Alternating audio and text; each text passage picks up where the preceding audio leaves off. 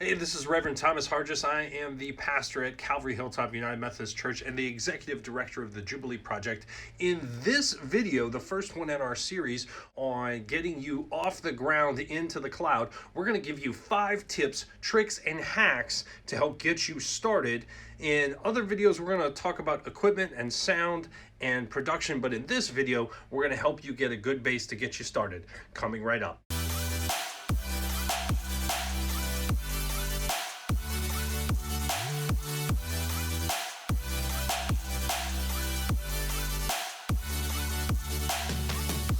So the very first tip we want to be able to give you is probably the most fundamental thing that people forget about until there is a problem. And we all hate problems. It's the internet. When we have access to the internet, things work great.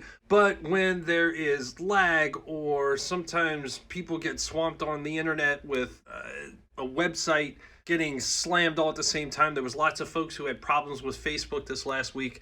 It becomes really problematic to have your stream uninterrupted. So it all starts with the internet. So we want to make this as stable as possible. That's the name of the game. We want predictability. And so the most predictable thing in the entire world is this thing right here. It's called a cable. That's right. Not wireless, not your phone. It's a cable. A cable that runs straight from your computer all the way down.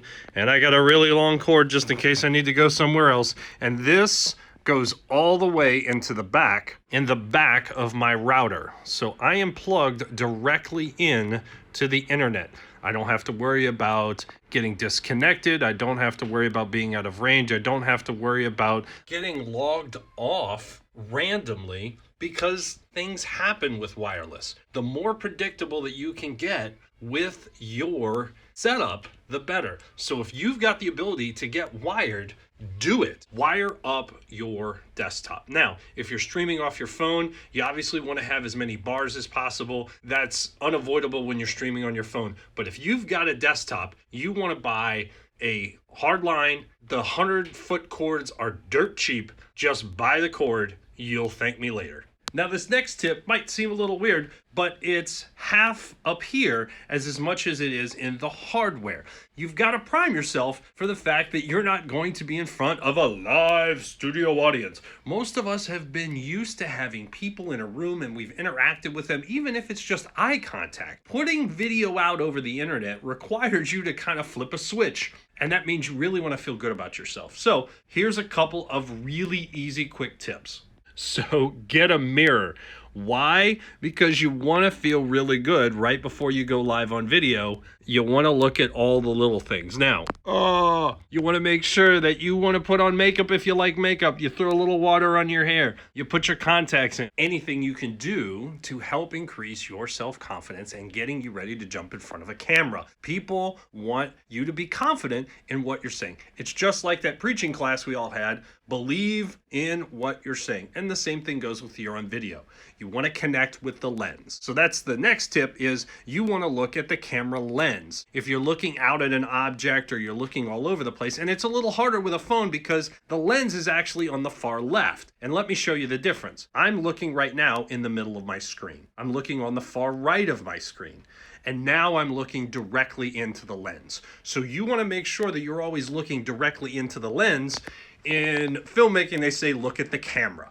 And the camera is in the lens. So when you point, you want to be able to find your lens. And it might take you a few times to practice this, but it's the eye connection that really helps when it comes to video. Our next tip is a bit hilarious, but it's true. Have some meds. Seriously, the psychological nature of making sure that you have fresh breath, I can't tell you how cool it is. Just having, it makes you feel confident. Look, get primed, get excited. This is why actors and folks go to makeup. It's half up here as much as it is here. It's getting you primed and prepared to get in front of the camera and to put your best foot forward out there. And look, the worst video you'll ever make is your first one. So the more you do, the more you make, the better you're gonna. So one of the things you want to think about is eliminating distractions. So my watch gets all of my text messages. So I take it off because I don't want distractions. If you have other things that you tend to fiddle with, that's another really good thing. You want to stay focused. A couple of other small tips. I usually keep a razor handy because, sometimes I want to record a video, but I haven't quite had a fresh shave. I always want to make sure I keep that handy. And a Sharpie and batteries. Why do you want to do this? Well, I always take my batteries out of my equipment when I'm not using it. So what you want to do is you want to take your Sharpie and you want to label your batteries, and you always want to have a backup. But how do you know which one is which? Ha! We're going to show you. Put a number on your batteries. That way you know which one was done in what order.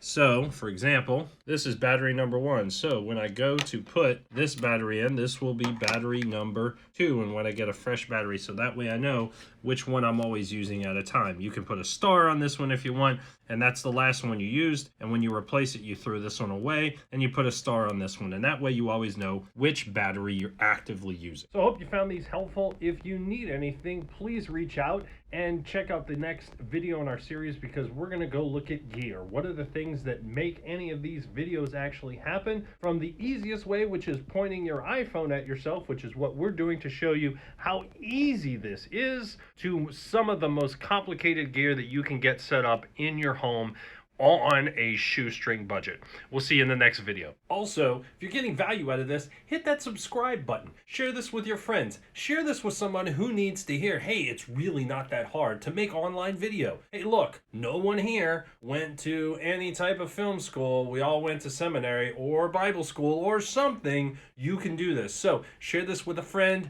Hit that like button. Shoot us a comment. Tell us where you're coming from, and we'll see you next time.